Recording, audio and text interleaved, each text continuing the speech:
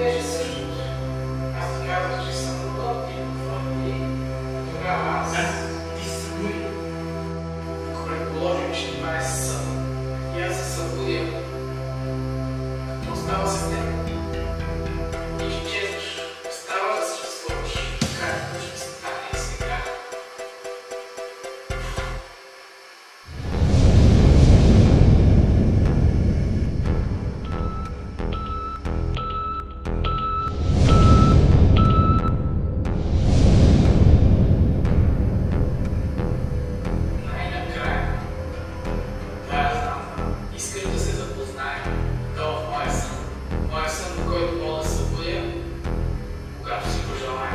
Може да го направиш, когато си го искаш.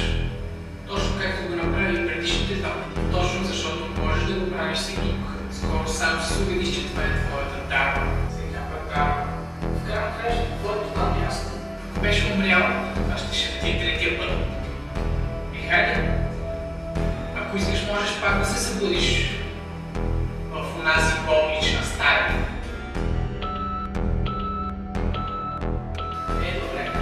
Не съм умрял, сънувам, че ти, който и да си в моя сън. И си много добре осъзнаваш ситуацията. И добре, хайде да се запознаем.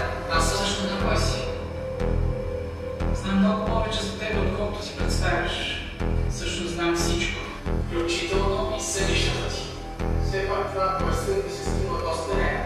Добре дошъл в царството на сънищата.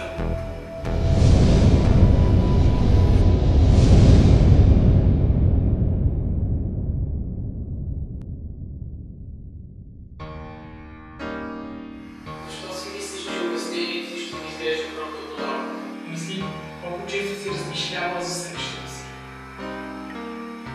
Колко често си разговарял за сънищата си. А не просто за самия сън, а за това какво точно се случва, как се случва, как се реагира в дадена ситуация, какво се чувства. Това го прави всеки. А така е.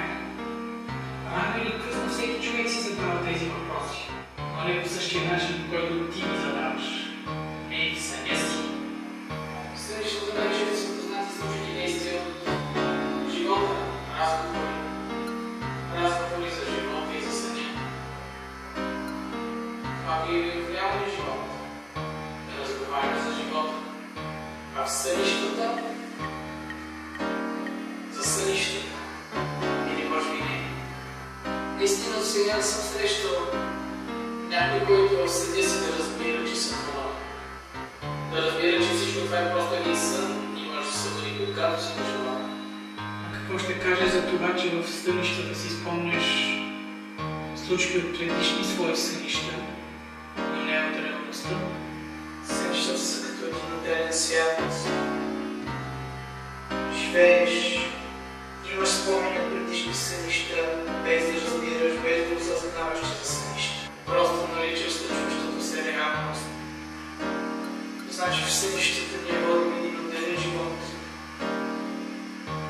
Без да го осъзнавам. Не включвай себе си в проекта на неосъзнатите. За това си тук. Но тогава какво е реалността? Би могла да се оприличи като сън до една по-висша реалност. Сън, който никой не осъзнава. Сън, от който един ден ще се събудиш. И тогава ще си спомниш за съня, как си живял и прочее.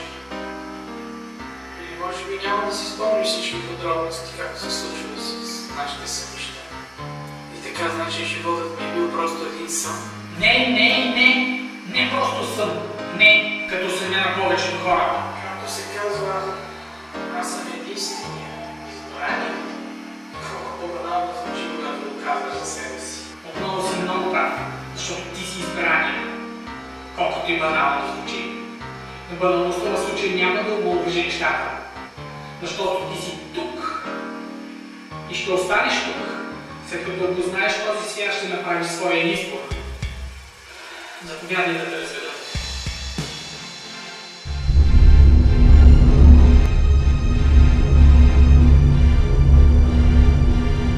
Ние създаваме сънищата на хората. Ние определяме приблизително кой какво ще сънуваме. Разработваме различни модели, сцени, ситуации. Когато някой се спи, той е влизал в един от нашите сънища. Значи вие контролирате всичко. Контролирате сънищата на хората. Контролирате мислите им, контролирате чувствата им. Но само в сънищата им. И когато се забудят, мислиш, че хората им да различно. Какво са направили? Дали е било хубаво или лошо? Дали е било приятно или отвратително? Ами кошмарите, нима те не ти изпълват цялата енергия. Бориш се срещу нещо, което дори не можеш да разбереш. Нещо, което след като се събудиш, не можеш да опишеш. Съзнанието ти се опитва да го отхвърли.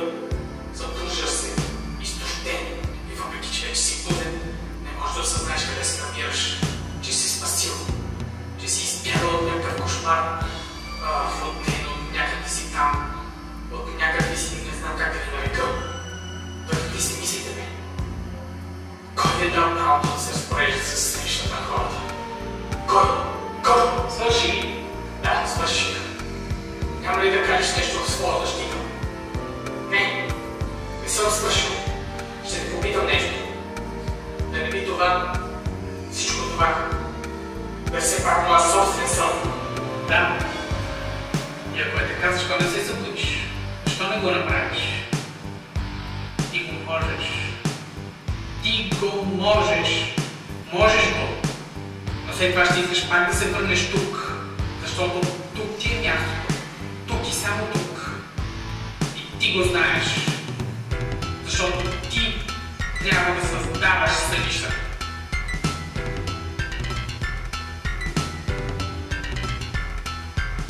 Виждаме. Елек. Сън. Аз си тръгвам. Ти трябва да създаваш сънищата на хората. За това си се родил. За това те търсих десетки години. За това си тук. Ти си този, който трябва да продължи да създава сънищата. Ти и сам ти. Ако наистина си тръгва, Тогава има опасност хората да остават без сънища. Ти си този, който ще ръководи всичко. Не, ти ще създаваш сънища. Това не е време. Това е всичко, за което си мечтал, което си търсил. Това е дар, който само ти имаш. И точно сега трябва да направиш своя избор. и какво трябва да Трябва да направя? оставиш тялото си и да направиш своя избор. Какво трябва да направя? И да се срещнеш с кошмарите си.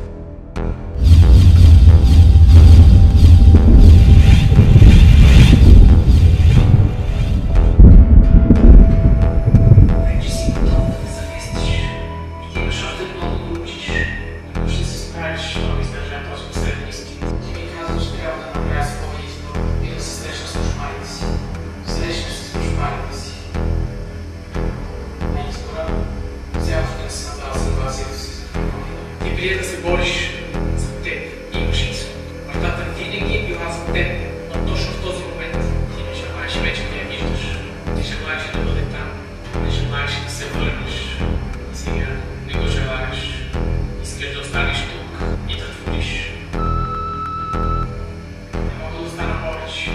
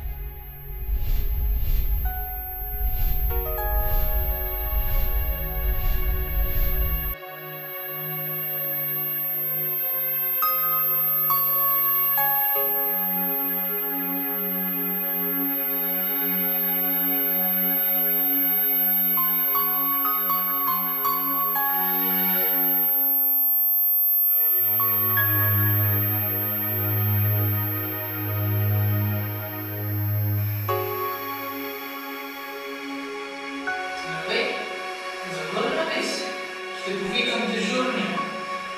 В колко време се лишка? Почти 2 дни. И без това не мога да стоя напоследък. Съня ти хубаво нещо. Ти най-добре си го наспа. Почти вече бяхме изгубили надежда. Съм много хубав сън. Имаме вероятно пътуване. Добре. Дано да успея да успя.